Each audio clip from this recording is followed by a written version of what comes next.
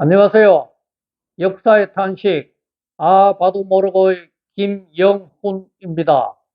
오늘은 우리나라를 전 세계 코리아로 알리게 된 고려와 이슬람 아랍 상인들 간의 교류에 대해서 살핍니다. 이슬람 아랍 상인들은 통일 신라와 활발히 교류하였습니다. 그런데 이 신라의 힘은 점점점 약해졌습니다. 918년에 고려를 창건한 태조 왕건은 936년에 마침 한반도를 통일하였습니다. 그러자 경주에 와 있던 이슬람 아랍 상인들은 이제는 고려의 수도인 개성으로 몰려들었습니다. 고려를 창건한 태조 왕건은 상인 가문의 출신이었기 때문에 이들 아랍 상인들을 환대하였습니다. 그런데 고려는 신라보다도 더욱 불교를 숭상하여 불교를 호국 불교, 즉 북교로 삼은 나라가 아닙니까? 그리고 이슬람교는 이 불교를 우상 숭배로 보아 배격하고 있는 종교가 아닙니까?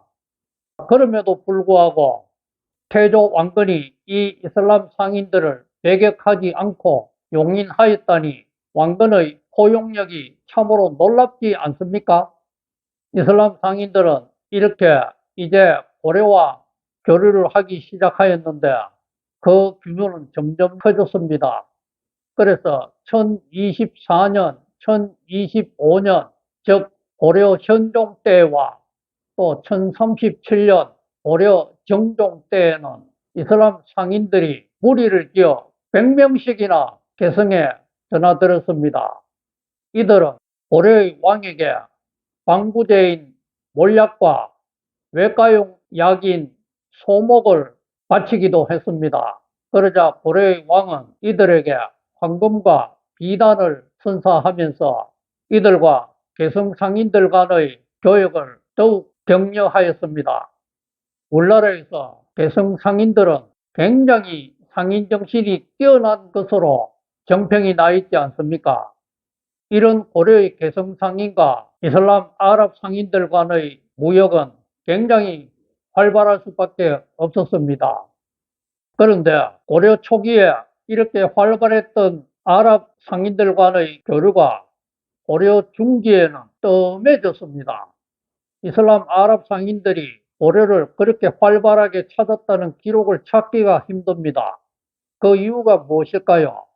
이것은 아마도 이슬람 내부적으로 당시 아바스 왕조의 힘이 많이 약해졌고 또 이 아바스 왕조가 다른 왕조들과 갈등을 일으키며 또 여러 가지로 약해졌기 때문이었던 것으로 생각이 됩니다. 그런데 고려 말기가 되면은 또 고려와 이슬람과의 교류가 정말로 크게 확대됩니다.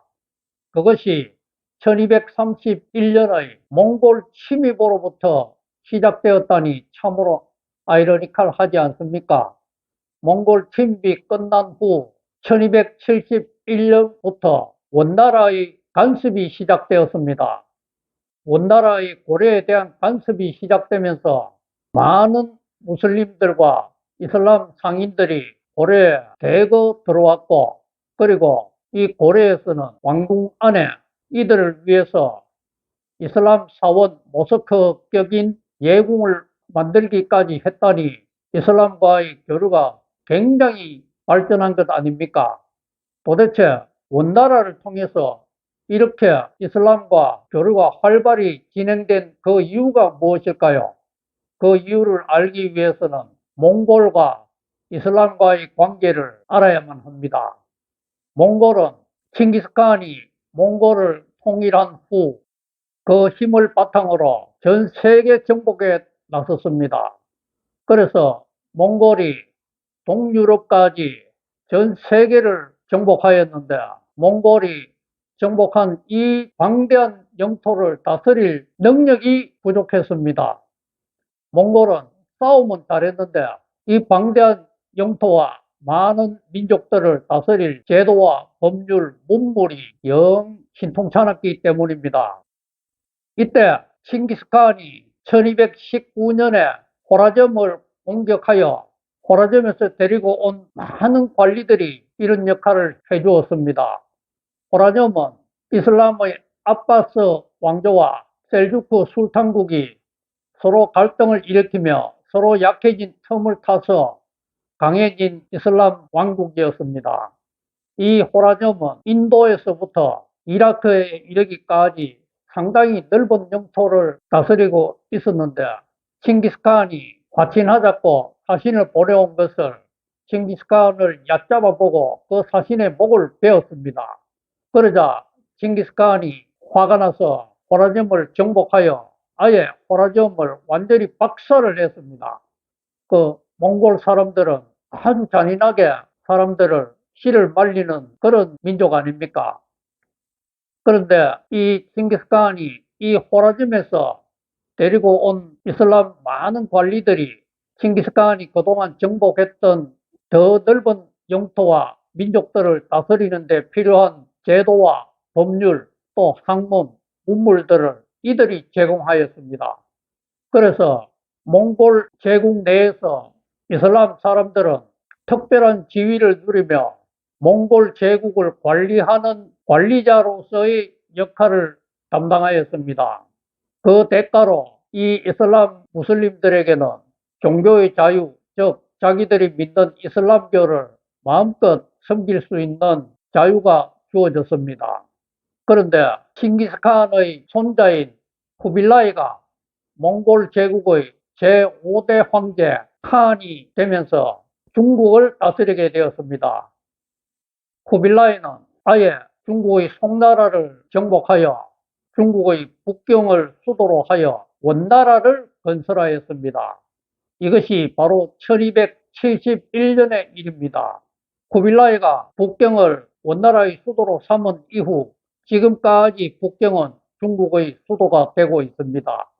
쿠빌라이는 100만 명밖에 안 되는 몽골이 1억이나 되는 한족을 다스리기 위해서는 몽골 사람들만의 힘으로 안 된다는 것을 잘 깨달았기에 그는 할아버지 칭기스칸처럼 무슬림의 힘을 빌렸습니다. 쿠빌라이는 주로 투르크 계열의 무슬림들을 많이 활용하였습니다. 이 투르크 계열은 지금 현재 튀르키예, 즉 얼마 전까지 터키를 이루었던 나라였습니다. 이 투르크 계열의 무슬림들이 원나라에 와서 원나라의 관리가 되면서 이 원나라를 통치하는 데 많은 도움을 주었습니다. 그런데 이 쿠빌라이와 고려와의 관계가 아주 좋았습니다. 쿠빌라이가 황제가 되기 전에 고려의 원종이 찾아와서 조약을 맺고 약속한 것이 있었기 때문에 이 쿠빌라이는 고려를 멸망시키지 않았고 고려를 아주 환대하였습니다. 그래서 이 쿠빌라이는 원나라의 공주와 고려의 왕이 결혼하는 혼인 정책을 하도록 하였습니다. 그래서 원나라의 공주가 고려의 충렬왕과 결혼하게 되었는데, 이 원나라의 공주가 고려 개성으로 갈 때에 많은 사람들이 따라갔습니다. 그 많은 사람들 가운데에는 무슬림들이 아주 많았습니다. 그래서 고려에서는 무슬림들이 갑자기 많아지게 되었습니다. 어느 정도로 무슬림이 많아지게 되었냐고 하면은 이 고려의 수도 개성 안에 있는 왕궁 내에 이 무슬림들을 위한 예궁, 즉 이슬람 모스크인 사원을 만들어 줄 정도였습니다. 그러니 개성 인근에서 많은 무슬림들이 활개치지 않았겠습니까? 그런데 이 쿠빌라이가 고려와의 관계를 그렇게 하다 보니 중국에서도 고려인들을 환대했다는 것이 나타납니다. 얼마 전에 중국 광저우의 박물관에서 한 묘비가 공개가 되었는데, 이 묘비가 중국과 우리 한국의 역사학계를 아주 놀라게 했다고 합니다. 이 묘비는 바로 광주에 있는 이슬람 성지인 무슬림들의 집단 묘지에서 나온 것이었습니다. 그런데 이 묘비의 주인공은 바로 고려인이었습니다. 고려인인데 묘비의 이름은 라마단으로 적혀 있습니다. 이 묘비는 아랍어와 한문으로 섞여 새겨져 있었는데 이 라마단의 국적이 고려라고 그 묘비에 분명히 밝히고 있고, 그리고 이 라마단이 38세의 나이로 1349년에 죽은 것으로 밝히고 있습니다. 이 라마단의 직책은 다루가치로 묘비에 새겨져 있습니다. 그리고 이 묘비에는 꾸란경이 많이 적혀 있습니다. 많은 일반 무슬림 성도들이 좋아하는 그런 꾸란 구절들입니다. 그래서 이 라마단은 무슬림임이 확실히 밝혀진 것이고, 그리고 또 쿠빌라이가 무슬림임에도 불구하고 또 고려인임에도 불구하고 다루가치로 삼을 정도로 쿠빌라이의 사람 쓰는 정책이 아주 폭넓었다는 것이 증명이 되고 있는 것입니다. 고려인이 광저우에 있는 이슬람 성지인 집단 묘지에서 700년 동안이나 묻혀 있었다는 것도 상당히 놀라운 일인데, 그 당시 고려와 이슬람 상인들 간의 관계가 굉장히 돈독했다는 것이 나타나고 있으니 놀랍지 않습니까? 다음 주 이 시간에는 고려에 귀화한 무슬림들과 또 고려 내에서 유행했던 가요와, 그리고 오늘날 우리가 즐겨 마시는 술, 소주가 바로 이 아랍에서 출발했다는 사실에 대해 살핍니다. 감사합니다. 하나님 복 많이 누리세요.